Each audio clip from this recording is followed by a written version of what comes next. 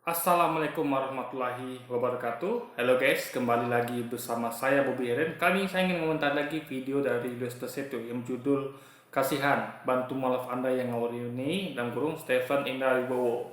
Kita langsung aja tonton videonya, habis itu akan kita komentari guys.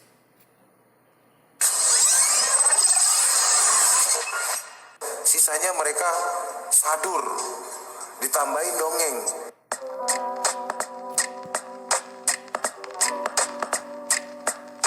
Assalamualaikum, selamat datang kembali di channel ini guys. Kali ini saya akan meluruskan pengajaran dari Ustadz Stephen Indra Wibowo.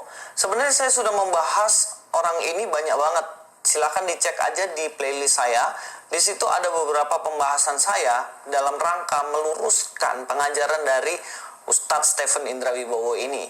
Iya, dia adalah seorang mualaf dan banyak sekali ajaran-ajarannya yang sebenarnya menyimpang karena tidak sesuai dengan kebenaran yang ada.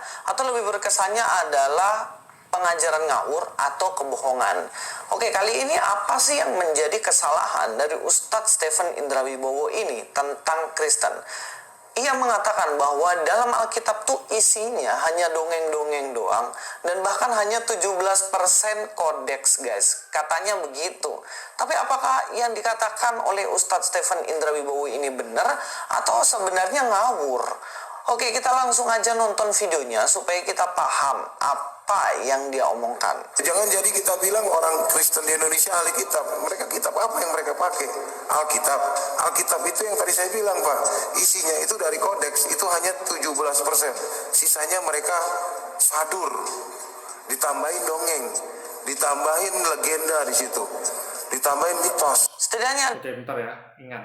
Tadi Coach Stephen ngomong dari kodeks, ingat ya, dari kodeks. Jangan lupa itu kata kunci guys. Jadi Luis ini dia harus belajar bahasa Indonesia, dia nggak paham apa yang maksud dengan Ustadz Stephen Wibowo dan Stephen Wibowo ya, dan Indra Wibowo dari kodeks. Apa dari kodeks tadi itu?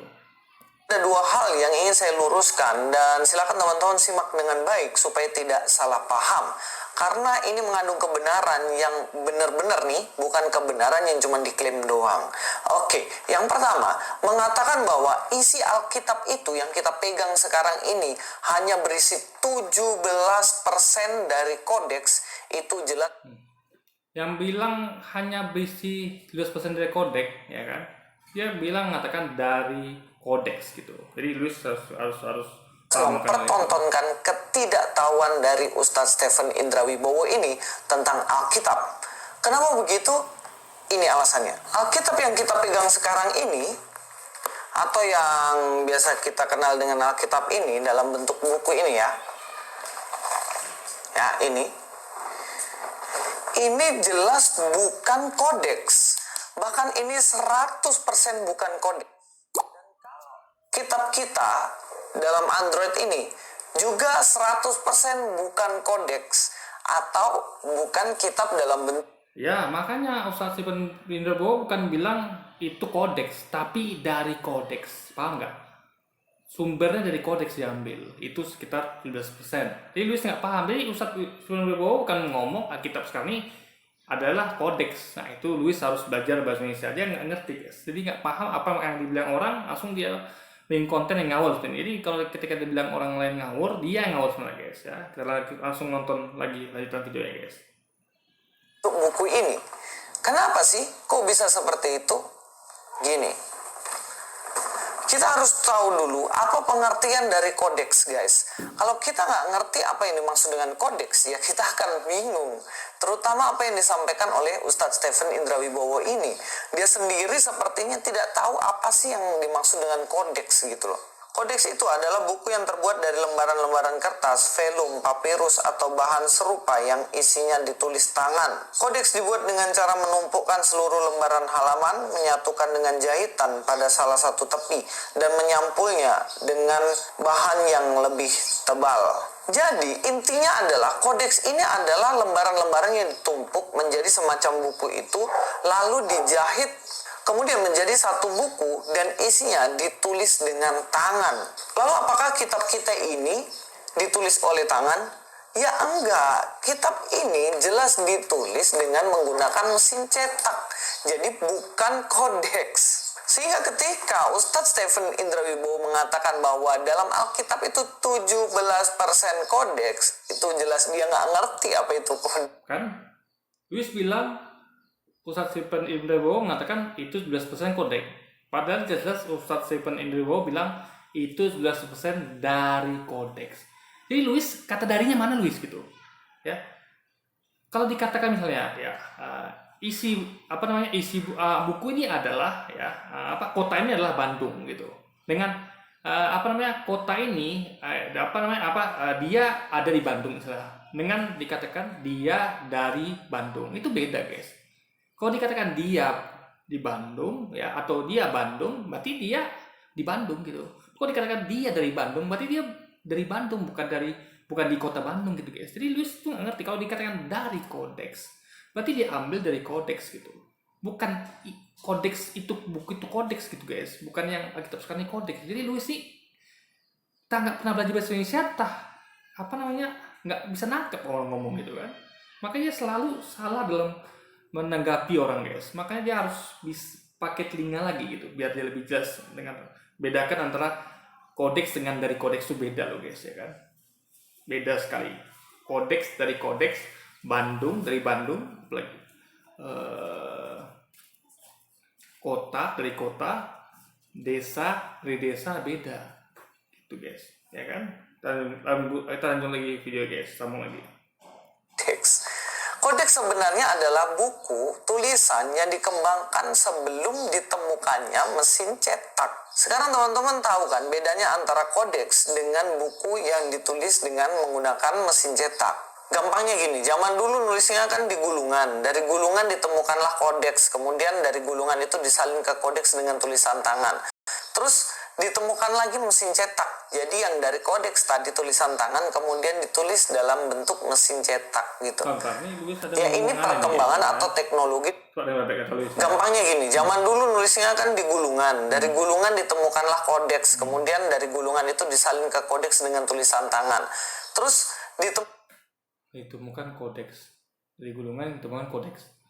Kodeks itu aja adalah kumpulan gulungan gitu kan. Bagaimana bisa? Jadi kodeks itu kan sesuatu yang baru, tapi dari kumpulan gulungan tadi gitu. Jadi Luisnya nyusun kata nggak pandai deh guys. Luar biasa. Bukan lagi mesin cetak. Jadi yang dari kodeks tadi tulisan tangan kemudian ditulis dalam bentuk mesin. Dari kodeks ditulis dalam bentuk lain. Itu dimaksud oleh Ustadz Stephen Wibowo. Dari kodeks. Yang bilang Luis tadi kan dari kodeks. Dari kodeks itu ditulis ke lembaran kertas pakai tulisan tangan gitu. Jadi Luis tuh dia ngomong bahwasanya itulah dimaksud oleh Ustadz Stephen Wibowo. Jadi dia dari kodeks sama kodeks saja dia nggak bisa bedakan guys. Itu makanya dia selalu ngawur gitu guys ya kan omongannya. Cetak gitu. Ya ini perkembangan atau teknologi dalam pembukuan. Kalau zaman sekarang buku udah bisa kita nikmati dalam bentuk PDF, kita baca dalam Android. Jadi itu lebih gampang lagi. Tapi mungkin yang dimaksud oleh Ustadz Stephen Indra Wibowo ini kodeks Sinaiticus, mungkin gitu. Tapi saya nggak yakin juga dia Ustadz ini tahu kodeks Sinaiticus. Makanya dia asal ngomong kodeks doang gitu. Nah, kalau yang dimaksud adalah kodeks ngomong kodeks doang kan Anda Luis. Ustadz Stephen Indra Wibowo tuh ngomong dari kodeks. Anda yang ngomong kodeks doang kan. Jadi sekali lagi Luis ini ya ininya nggak ada guys. Ini tikus dan teman-temannya yang artinya adalah manuskrip kuno Alkitab. Kalau dikatakan 17% di dalam kitab kita sekarang ini, ya itu jelas nipu dan jelas itu omong kosong doang. Sebab gini, Kodeks Sinaiticus dan teman-temannya merupakan manuskrip kuno yang menjadi sumber penerjemahan Alkitab yang kita pegang sekarang. Jadi isinya pun identik, itu udah jelas banget. Tidak berbeda, apalagi kalau dikatakan cuma 17%, jelas itu tipu.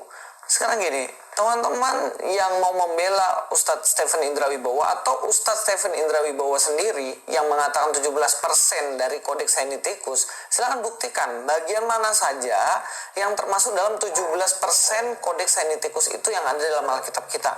Dan nanti saya akan tunjukkan keidentikan dari Alkitab yang tidak cuma 17% berasal dari Kodeks Sinaiticus.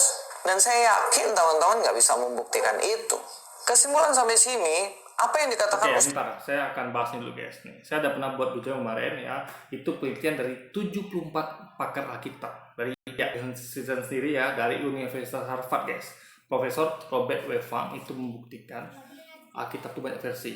Ya kan, jadi ada yang isinya tuh sampai dihilangkan sampai sepertiga tebalnya Quran guys. Dan banyak ada ayat yang diambil, disisipkan, lalu dibuang seluruhnya gitu kan. Jadi kenapa? Karena mereka sendiri ragu gitu. Ini ayat benar ada nggak sih? Maksudnya ini ayat tambahan nggak sih gitu. Makanya diambil, dihilangkan. Maka itu saya udah buat videonya gitu. Nah, lu diingat ya. Coba anda perhatikan kenapa di Alkitab tuh ada Romanya gitu kan. Padahal kita tahu Roma itu adalah yang menjajah tanah kelahiran Yesus dahulu gitu. Mereka pula yang menangkap dan menyalibkan Yesus itu. Jadi sama ke Indonesia misalnya, Belanda yang menjajah Indonesia kok bisa ada tulisan surat di Indonesia itu tulisan Belanda gitu guys. Itu di situ harus berpikir kita. Yang kedua ya, dalam Islam itu ya, jadi saya katakan selagi ya, yang murni wahyu itu hanya ucapan Nabi. Jadi ucapan Yesus, ucapan Musa, ucapan Ibrahim, nggak ada kata lainnya. Jadi nggak ada tuh Roma tuh nggak ada lagi kisah para rasul tuh nggak ada. Jadi betul-betul hanya ucapan dari Yesus sendiri. Nah, itu yang masuk kodeks itu. Dari kodeks itu. Jadi yang betul yang diakui itu yang benar tuh hanya 17% dari kata-kata Yesus. Sisa itu bukan kata-kata Yesus guys. Itu poinnya. Sama kayak Quran itu semuanya berisi kata-kata Nabi Muhammad. Nabi Muhammad mendapat wahyu dari Allah, baik melalui Jibril maupun langsung di dalam hatinya dimasukkan wahyu. Itu hanya berisi, Quran itu hanya berisi kata-kata Nabi Muhammad. Tidak ada berisi kata-kata sahabat-sahabat, para tabi-tabiin, nggak ada. Jadi kalau beda sama kitab, ada kata-kata Paulus dalamnya, ada kata-kata siapa lagi yang bukan kata-kata Yesus gitu kan. Nah, itulah makanya dikatakan Alkitab tuh isinya hanya 11%. Yang kodeks dimaksud ini adalah dari kodeks ya, bukan kodeks saja. Bukan mengatakan Al-Quran sekarang itu adalah berbentuk kodeks, enggak, tapi diambil dari kodeks yang dulu berupa gulungan papirus dan segala macam itu, yang berisi hanya kata-kata Yesus tuh hanya tinggal 17%. Itu ada penelitiannya guys, ada tinggal googling kata-kata Yesus di Alkitab itu hanya 17%. Itu yang masuk oleh Ustadz Indra Bowo, yang diakui itu hanya 17% itu. Sisanya itu ya guys, itu adalah tambahan dan yang lain sebagainya. Makanya penelitian itu membuktikan kalau Alkitab tuh mereka bingung gitu. Jadi mereka mengeluarkan ayat itu, banyak mereka keluarkan gitu kan, di banyak versi gitu. Jadi mereka ragu, ini bener nggak sih Yesus ngomong gitu kan. Makanya kalau Anda tahu ada Alkitab versi khusus tuh ya, itu di situ ada warna-warna guys tulisannya. Yang ini tulisan Yesus warna ini, yang sisanya bukan gitu. Jadi ada tinggal googling sendiri gitu kan. Sekali kalau Anda mau sedikit teknis tulis, Anda bakal tahu akan hal itu. Jadi Anda harus sampaikan yang jelas gitu, yang detail gitu. Jangan hanya ngomong seperti ini aja gitu kan, tanpa kan seperti yang saya lakukan ini guys. Stephen Indra Wibowo mengenai 17% Alkitab berasal dari kodeks itu jelas keliru. Bagian kedua yang ingin saya luruskan adalah di mana Ustadz ini mengatakan bahwa Alkitab isinya cuma dongeng-dongeng doang. Sisanya mereka sadur, ditambahin dongeng, ditambahin legenda di situ, ditambahin mitos. Kalau ada mualaf yang mengatakan seperti ini, jelas ini mualaf yang nggak pernah baca Alkitab dan nggak ngerti apa-apa tentang kekristenan. Kenapa saya bisa bilang begitu? Saya akan jelaskan. Bagian yang pertama, di dalam Alkitab itu jelas tidak ada dongeng sedikit pun. Sebab di dalamnya semua berupa fakta yang bisa dibuktikan secara sejarah, bahkan arkeologi pun bisa membuktikan tentang kebenaran Alkitab ini. Sebab tulisan-tulisan di dalamnya pun itu ditulis oleh saksi mata itu sendiri. Contohnya, ketika ada Laut Tebrau yang terbelah, di situ ditulis langsung oleh Musa. Ketika Yesus disalibkan, itu ditulis langsung oleh para murid Yesus. Matius, bahkan juga Yohanes, mereka saksi mata yang menulis langsung. Oke, ada yang satu hal yang harus belum sampaikan guys ya. Itu kodeks itu ditemukan, ingat, ditemukan di Laut Mati dan sebagainya, bukan langsung setelah terima gitu. Jadi sama misalnya gini nih, kita menemukan suatu kodeks yang situ katanya ya, itu merupakan tulisan Lukas, tulisan siapa lagi, Matius katanya, tapi kita tidak langsung mendapatkan dari si Lukas ini gitu guys. Nah itu yang dimaksud. Jadi ini Luis nggak sampaikan yang jujur gitu. Jadi kalau dia katakan begini itu masih kurang, makanya saya tambahkan. Jadi bukan seperti Al-Quran yang mana langsung dari setelah terima dari nabi ya, menyampaikan wahyu di satu para sahabat dan dihafal, disampaikan pada turun pada sahabat dan tabi'in sampai kita. Ya, kita enggak guys. Jadi sama kayak Alkitab sama kayak penemuan arkeologi ya, misalnya ditemukan prasasti nih. Misalnya kita sekarang menemukan prasasti Campa di mana gitu kan. Nah, jadi di situ aja. Dari ini diperkirakan ini tulisan dari ratu ini misalnya, dari pelajaran ini dah gitu aja gitu. Nggak ada bukti kalau itu memang tulisan dia gitu kan. Jadi siapa aja bisa buat gitu. Cuman karena lihat dari mungkin gaya penulisan dan semacamnya mungkin diperkirakan. Jadi semua itu main kira-kira guys. Itu masalahnya di situ. Jadi kalau itu nggak bisa disebut fakta ya. Mungkin fakta sejarah ya, tapi bukan fakta sebenarnya. Kenapa? Karena fakta sejarah itu nggak bisa dikatakan fakta real. Kenapa? Karena sejarah sendiri itu banyak nggak fakta guys, banyak beda, versi sejarah berbeda. Jadi kalau anda katakan itu fakta, itu nggak bisa. Fakta itulah sesuatu yang terekod turun temurun, ada setelah terima guys, itu baru fakta namanya. Tapi kalau cuma ditemukan tadi tulisan Lukas itu Matius, itu nggak bisa dikatakan fakta empiris, tapi fakta sejarah ya, karena memang ditemukan itu gitu kan. Tapi betulkah itu dari sumbernya itu nggak ada saksi mata, setelah terimanya nggak ada gitu lah guys, logikanya seperti itu tentang Yesus salibkan. Jadi itu tidak bisa dikatakan sebagai tulisan palsu atau dongeng. Tetapi sebenarnya ada dongeng-dongeng atau kitab apokripa yang bahkan tidak diterima di dalam Alkitab. Dan itu disebut Injil palsu yang disingkirkan. Kenapa? Isi di dalamnya palsu. Contohnya apa? Yesus tidak disalibkan. Tetapi yang disalib adalah orang yang diserupakan dengan Yesus. Nah, ini adalah Injil palsu yang tidak masuk dalam kanonisasi. Ya alasannya simpel, para murid Yesus yang hidup dengan Yesus, mereka mengatakan Yesus disalib, tetapi ada aliran gnostik yang mana mereka aliran sesat Kristen mengatakan bahwa yang disalibkan bukan Yesus. Nah ini masalahnya gini, ini bukan masalah ini kan masalah pendapat. Jadi mereka ini Louis dan Kristen ini adalah memilih yang mereka yakini guys. Jadi kalau bagi mereka itu enggak sesuai dengan apa yang mereka yakini, mereka tolak gitu. Kayak misalnya kayak Injil Barnabas, lalu disampaikan dia yang salib itu bukan Yesus yang penganut agnostis. Jadi gitulah metode mereka. Jadi mereka tuh tidak melakukan studi empiris. Ini yang benar mana sih Barnabas tuh yang ini gitu. Dia hanya main tradisi dogma aja gitu. Jadi yang mana kan dulu kita tahu itu kekristenan itu adalah dari Romawi, dari Kaisar Konstantin gitu kan, dari ada Romawi Barat, Romawi Timur. Jadi itulah yang turun-temurun Kristen dari asal dari Katolik itu turun ke bawah. Jadi mereka tuh menerima saja. Makanya ada yang nggak setuju namanya Protestan. Mereka protes dengan tradisi gereja Roma gitu. Mereka nggak setuju gitu. Mereka nggak setuju kalau Yesus tuh adalah mereka nggak setuju dengan kekuasaan dari paus, kekuasaan dari gereja-gereja yang ada di Italia. Mereka anggap semua gereja sama. Jadi intinya guys, jadi Protestan aja berbeda gitu kan. Protestan berbeda, apalagi agnostis, dan juga ada aliran lagi namanya itu Saksi Yehova kemarin kita bahaskan. Jadi intinya adalah semua orang punya pendapat masing-masing. Jadi kalau ini klaim Luis ya sudah, itu kepercayaan dia gitu. Tapi dia nggak bisa mengklaim secara general. Kalau percaya dia oke, itu dia percaya. Tapi dia, kalau saya pribadi dan banyak lainnya kayak Saksi Yehova, percaya Saksi Yehova yang benar gitu. Ya juga yang lain juga agnostis itu ya kan, atau Injil Barnabas itu. Karena sesuai dengan Quran misalnya gitu kan. Jadi sekali lagi ini hanya masalah pendapat dan masalah pilihan, choice gitu. Ya kan, dia merasa itu nggak sesuai nih sama yang ini, udah buang gitu. Jadi mereka sama gitu guys, merasa main kira-kira aja gitu. Nah kalau dalam Quran tidak ada salah terima ya, jelas semua syaratnya ada ke atas gitu guys. Ada salah terima, syarat dan hafalan-hafalannya gitu guys. Jadi semua dalam Islam tuh Al-Quran tuh jelas gitu, nggak ada pilih-pilih gitu, nggak ada guys. Tetapi orang yang diserupakan dengan Yesus itu adalah aliran gnostik atau aliran sesat pada waktu itu. Di dalam Alkitab pun sudah diingatkan bahwa orang yang percaya Yesus, orang Kristen, gak usah suka dengan yang namanya dongeng-dongeng. Sebab yang dongeng-dongeng itu jelas bukan kebenaran. Dalam satu jadi dikatakan misalnya yang disebut itu bukan Yesus ya kan, tapi disuruhkan dia, itu katanya dongeng gitu guys.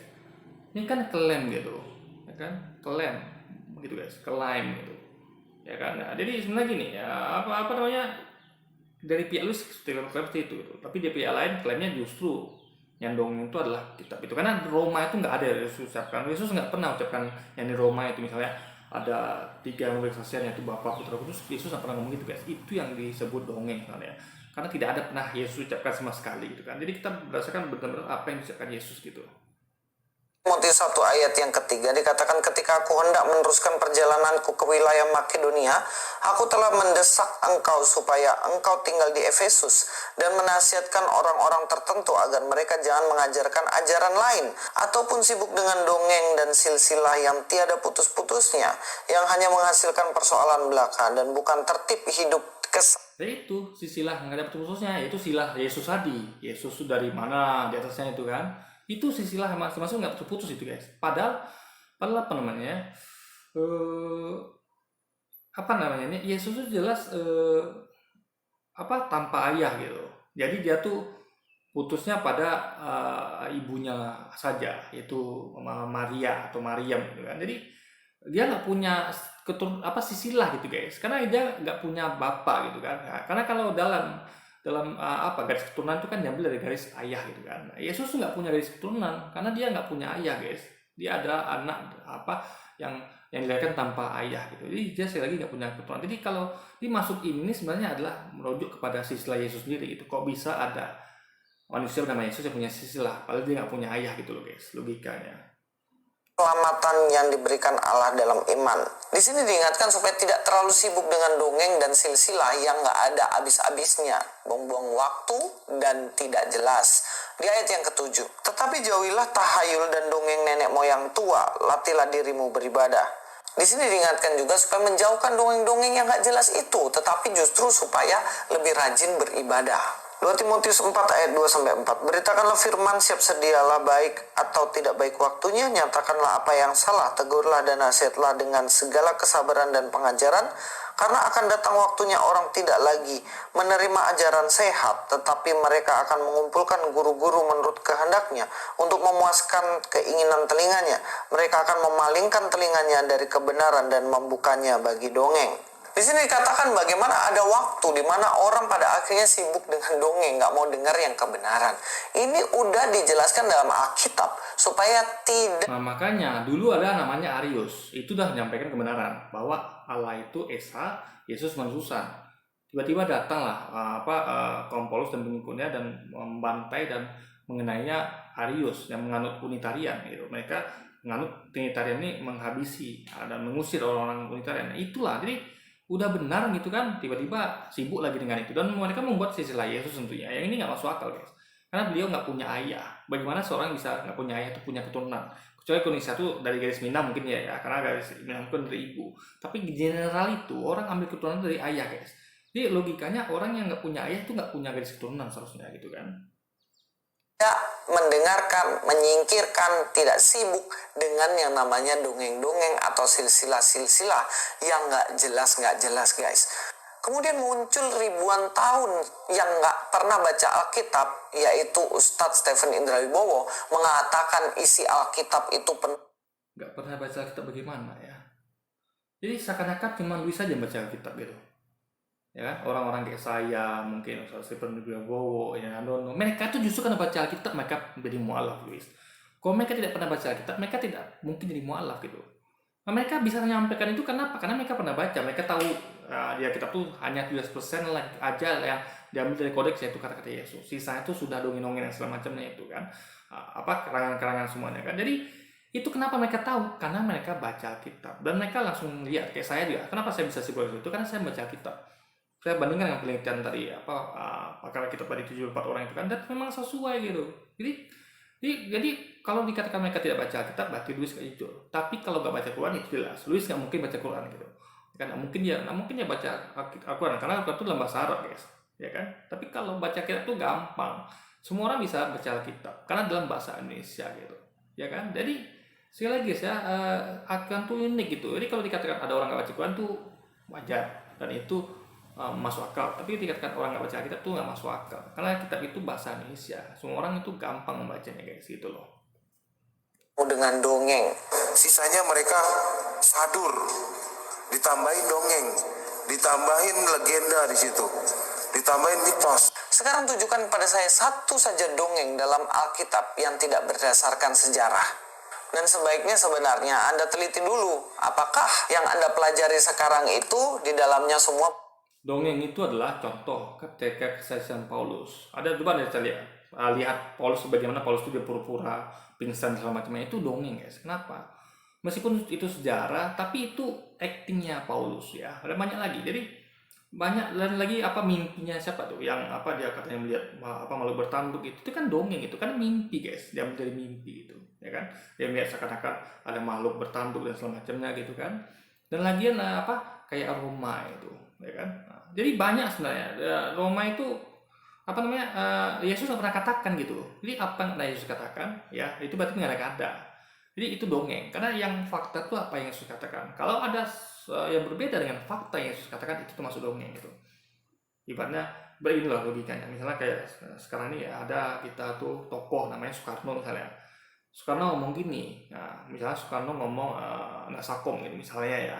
Tiba-tiba ada yang lain ngomong bukan Nasakom ini gitu kan. Jadi Soekarno nggak ngomong Nasakom, tapi Soekarno ngomong misalnya demokrasi gitu. Berarti ini orang mendongeng gitu. Dia menceritakan sesuatu yang tidak pernah Soekarno sampaikan. Soekarno jelas dia sampaikan nasionalis agamis komunis, Nasakom gitu. Misalnya saya cuman contoh ya guys ya, kalau masalah apa. Nah, tiba-tiba ada orang masa kini mengatakan Soekarno dulu mengatakan tentang tentang demokrasi. Itu jelas dia sedang mendongeng gitu. Karena fakta sejarahnya Soekarno nggak pernah ngomong itu. Nah, sama kayak tadi di Roma itu ya, Yesus nggak pernah ngomongkan tentang begitu, tentang Bapa Putra Roh Kudus, nggak ada guys ya kan. Nah, jadi dongeng itulah sesuatu yang tidak pernah Yesus ucapkan. Jadi orang itu sedang mendongeng gitu, mengatakan sesuatu yang tidak diucapkan oleh Yesus sebelumnya. Sama misalnya misalnya Al-Quran sudah ada, dengan mengatakan itu, tiba-tiba ada orang buat kita baru atau nama-nama Al-Quran dengan tulisan baru, itu dia sedang mendongeng. Misalnya menyampaikan KCA itu, siap menyampaikan petir itu adalah amarahnya Ali, itu dongeng. Kenapa? Meskipun itu dicatat ya, tapi itu tidak pernah ya Rasulullah Muhammad sampaikan, itu dongeng. Sama kayak tadi, kalau Yesus pernah ucapkan, tiba-tiba tulis di kitab, itu dongeng guys, karena tidak pernah Yesus ucapkan gitu kan. Berdasarkan sejarah atau tidak, saya rasa itu lebih fair. Kemudian kita akan simpulkan sama-sama gitu. Dan saya yakin Anda tidak akan bisa menemukan dalam Alkitab yang merupakan dongeng sebelum tidur. Oke, ini saja video dari saya. Mudah-mudahan apa yang saya sampaikan. Jadi salah saya sudah menemukan, dan bisa cek sendiri dan pakai logika apa yang saya sampaikan benar apa tidak gitu kan. Ya, mengenai apa itu dongeng. Di dongeng itu jangan Anda pikir hanya sesuatu yang fantasi gitu, kayak naga, enggak guys. Sesuatu yang enggak diucapkan orang sebelumnya, kita buat itu dongeng namanya. Ya kan? Misalnya anggaplah misalnya kayak dulu misalnya nih, saya nggak tahu ya, dulu tuh mungkin ada kayak kisah temuan perahu, mungkin aja kayaknya nggak masuk akal kalau ada orang nendang perahu itu langsung jadi gunung temuan perahu gitu. Nah itu ya, kalau itu memang dulu nggak terjadi ya hal itu, tapi orang buat karang cerita itu namanya dongeng. Atau kita tadi saya katakan, Soekarno nggak pernah ngomong demokrasi misalnya, dia ngomong Nasakom. Jadi orang sekarang mengatakan Soekarno dulu ngomong kita demokrasi gitu, itu berarti dia sedang mendongeng gitu. Dongeng adalah sesuatu yang diceritakan tidak sesuai dengan apa yang orang itu ucapkan, apa yang pernah terjadi guys gitu. Itu ya dongeng. Makanya kayak Roma apalagi kisah para rasul itu nggak sesuai dengan Yesus ucapkan, yang dari 17% dari kata-kata Yesus tadi yang diambil dari kodeks tadi, itu adalah dongeng kalau dalam arti linguistik bahasa gitu guys. Oke, jadi mungkin sekian dulu video kita kali ini guys. Sampai jumpa lagi di video-video selanjutnya. Wassalamualaikum warahmatullahi wabarakatuh guys.